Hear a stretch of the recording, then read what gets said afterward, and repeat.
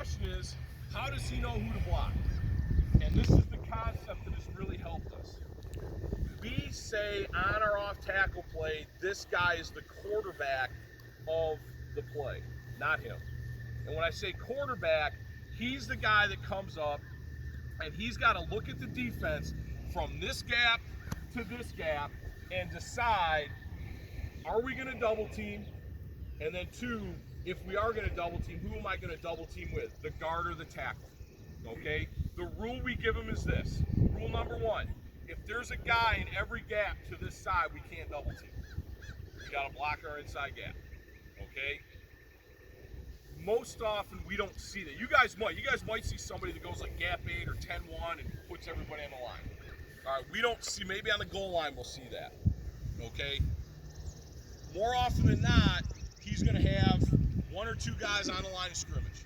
And his rule is this: whatever guy is closest to the point of attack, which would be this gap, we want to double team that guy, and he will make a call. Now, you can make these calls whatever you want, okay? If we want to double team, and let me just say something right now.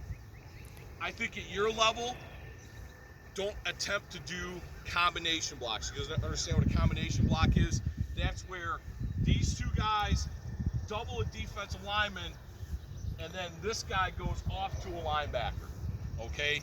Do not attempt to do that. Our freshmen at times are prohibited from trying to do that, okay? Double teams are great.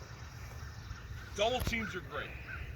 So if we want to double team, we can call the double team to this side. If these two guys want to double team, it's called trade. If the guard and the tackle want to double team, we call it deuce. If the center and guard are going to double team, they call it ace. So ace, deuce, trade. All right? So he decides, I'm doubling with him or I'm doubling with him, based on, essentially, if there's a guy in this gap or a guy on him, we're going to trade block him, okay? Now, our guard, if he knows he's not in the double team, he steps to the tackle and blocks straight ahead on anything that's on him, okay? It could be a defensive lineman. It could be a linebacker, all right? So we've got a double team, and he's blocking whatever is in front of him, but he's got to step to the tackle, all right? Our center's rule, and this is the thing about center, you want a kid with a wide ass and maybe not the smartest kid on your team. His rule on almost every play in the offense is on, away, meaning if there's a guy on me, block that guy. If there's not a guy on me, I block away from the play. Now you're thinking like, wow, that's really easy. Trust me, you will find a kid on your team that makes it really, really hard. I have a really good center on my team. I think he was like honorable mention all conference last year. He was still screwing this rule up in week 12. Yes. Now, this is the question, right? For the young guys, the 8 to 10 guys, our backside guard on the off tackle play pulls through the hole, okay? And this is a question that comes up, do I have to pull the guard? The answer is no. We don't pull the guard every play, okay? But you got to find a way to put an extra guy to this side to block that somebody, which would be a linebacker or a safety that's inserting. Now for us, if we want to go that route, we would call bear rather than tiger, which is going to put the fullback to the play side as an insert guy, okay? Right now for us, his rule is 1, 2, 3. So he's going to pull, replace the quarterback, 1, 2, as the line surges forward, he's going to turn the corner, get his shoulder square, tracking to the outside hip of the tight end that's probably on a double team block, get his shoulder square, and then he is looking inside to head up. He is never looking outside. This is hard. This is really hard, and this is why I'm like, if I'm coaching 8 to 10-year-olds, I'm not running it this way. All right? This is hard for our guys. All right? Or if you got one guy, coach, that can do it, you can flip him. Yes, and that's, you know, Bill obviously is coached at Rocket, so he's got a lot of experience with this. You can do it a couple different ways, like he said. If you've only got one guy that can do it, you can flip him. Or if you're worried about him catching on, you just run the play one way. You know, and this is like you laugh, but you know there's certain plays in our offense we only run to the left or right. Like we run clown. We have not run the companion play called Joker in about 6 years. You don't even know what that play. You never even heard that play. It's in the playbook, but you don't have a copy. All right. So you don't have to be balanced. You know what I'm saying? It's like, and really, you know, when we talk about from a personnel standpoint, like on our team, we are going to build around this play, right? So the personnel that I put on our team is going to build to off tackle right. Our right tight end is a better run blocker than our left tight end. Our left tight end's a better pass catcher, okay? This guy should be kind of a rugged mauler kind of guy. All right, not the most athletic guy in the world. The left tackle may be a little more athletic. All right, our guards are our guards. All right, our right half is a hammer. He's a glorified H-back in a spread offense. All right, the kid that's there for us probably this year was a second string guard for us last year. Okay, now he thinks, hey, I'm going back in the backfield, y'all. It's go time. I get an eligible number. What little does he realize he's simply playing guard 4 yards off the line of scrimmage. He catches it pretty good too. You know, our fullback, this is the thing that I think people confuse a lot about the team. When you hear fullback, you're like, yeah, no, that's that kid for us. This kid for us is a tailback. Now last year we had a kid that was that kid and a tailback. And he's wrestling to Central Michigan for the next 4 years, free. All right? The kid we have there this year is fast. Not as big, not a hammer, but he's a tailback, okay? And then this is a guy that's kind of the do-it-all guy, all right? He's an inside runner, he's a sweep runner, he's a pass catcher, and he's got to be able to block a little bit, okay? So we're trying to build around this play, all right? We start there and build out. The backside tackle is cut off, all right? We're a little more involved, but I think it's easier just to say cutoff. And here's the thing, if you don't pull a guard, then his rule becomes the old-fashioned goo. Gap on over, okay? But if we're pulling a guard, his rule is, I know you don't play a lot of tackle, okay? His rule is, I'm going to turn my shoulders, step with my toe pointed at the heel of the center, and literally just run into the center. All right, now we can get more advanced and say, I want you to turn upfield. At the end of the day, he has to occupy the space that the guard just vacated so we don't get a run through. That's it. Okay? And then our backside tight end, his rule is funnel. Funnel becomes important in the trap game. Okay? Funnel looks like a funnel. It starts on the outside shoulders of the tackles. It goes downfield for about 8 yards, and then it goes out on a 45-degree angle. Okay?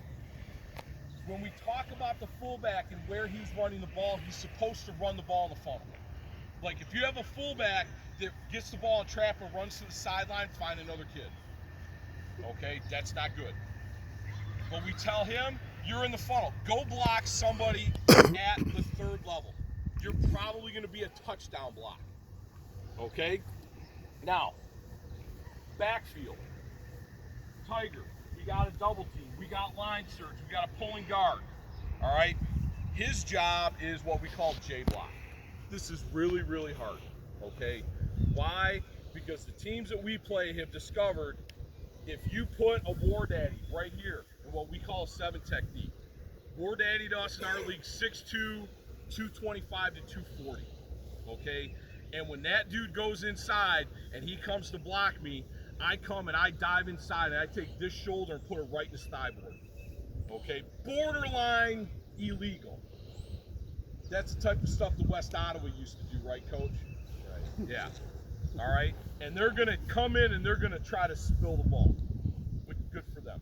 All right? So this block has become hard. At the lower levels, Coach, not as hard. Okay? So his job is I have to be forward straight on a line and then out. I can't go right at the guy because I can't get inside out on him. All right, can I get a Logan? Can you stand there so like a 7 technique? So my steps, it's an inside. I'm sorry, I did it wrong. It's a play side. I did it wrong. play side, inside, play side, and now I'm gonna start working out. And my goal is to put my nose in his inside armpit. Okay? So I want to come here and I want bang, just like that. Okay? So if I have a double team inside and I'm here, this is the hole, and this is the thing. Your guys have to be convinced that they can fit through space that wide. Okay? That's because they all get the ball and they're like, oh, it's kind of cloudy, and then they run out here. Death, and we tell our kids, death exists outside the J block. Like, we've had guys where, yeah, I'm just going to bounce outside the J and get 9 yards. And then when they do that, I'm like, hey, nice shot, just don't do that again. When they do it at the lower levels, yeah, you guys run wall drill for like 3 hours. Okay? But that's the J block for us. Okay? Our fullback on Tiger is going to fake trap. Now, just understand, too, I think we maybe talked about it. Our halfbacks take the ball conventionally. What do we call this? Table? Is this the table in the, right? Table on the belly button, and then thumb in the sternum, elbow up, elbow closest to quarterback up. Traditional, right? Our fullback does not take it that way. Our fullback takes it layered. He takes it thumbs and pinkies to elbows, and we're taking it high. Now, the difference is, so the difference is, when I hand him the ball, I stick it in like conventional. All right, I stick it in like that. When I give him the ball, it's a lift, so it's in and tight. Now, you might just say, you know what? I'm gonna have all my guys do this, and there are teams that take it all layered. Okay, my issue with the layer is when we get to our quarterback keep game where we have the long ride, it's not as effective. And it's, to me, I've had a lot of fumble issues with taking it that way. Okay, or you could just say, you know what? Fullback can take it like that. The guy, the inventor of the offense, Irv Ziegler, his fullbacks never took it like this. This is a John Shillito thing. All right? You know, and Irv's like, you don't do it like that. You know, I'm like, well, everybody else does right now. So, but whatever you decide, just stick with it. All right? So our fullback is essentially, he's doing the same thing that he would do on Thunder, which is trapped to the right. He's a play side. He's a backside, he's a play side. The quarterback's simply going to step back through him. He's not going to fake the ball. He's not going to extend it. The proximity of those guys and the fake is enough. So he's going to roll over an imaginary ball, and then he's going to fake play side, trying to block the backside linebacker. Okay? Backside halfback. So you and your brother shop the same shoe store. So his steps, he's crossing over for the down hand of the fullback. All right, it is not like a sweep path. It's not lateral. It's not flat. It's downhill. Okay, so I'm crossing over for the down hand of the fullback. He clears. He's jammed, and now I'm running as hard and as fast as I can, getting the ball from the quarterback for the outside hip of the tight end. The J blocker, the backside guard, and the ball carrier are all keying the hip of the tight end because that's where the hole's at. All right? One of the things that kind of gets you, go back, one of the things that can get you in trouble is when he predetermines where the play's going to go. You know, they're in an odd front, oh, the hole's there because it's a little bit wider or a little bit tighter. Then they jump into an even front where the hole's wider, about 12 to 16 inches. He runs to the same spot and runs into the back of the double team. No good. Okay? Now the quarterback steps, and this is the hardest thing, right? This is the hardest thing. His steps, and this is the key point. The first 3 steps of every play in the offense should look exactly the same. Our trap, our off tackle, our keep, and our pass. So the 4 base plays of the offense, they should look exactly the same. Okay? So his step on any play to the right is going to be a right foot step. Take it from under center to show him the first step. Okay? With his toe just on the midline. Midline is essentially where the ball was at. It runs straight through his legs, the center's legs, and through the fullback's legs.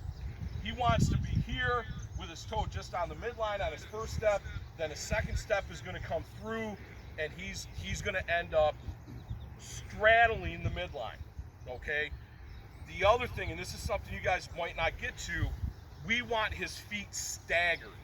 Okay.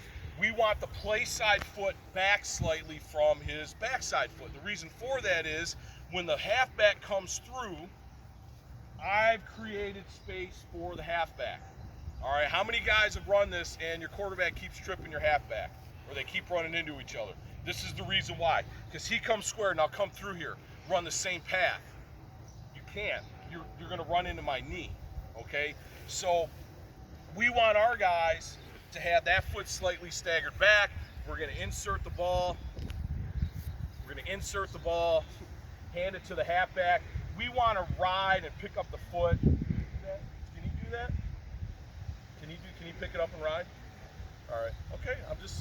Sometimes with the younger, he's a freshman. All right.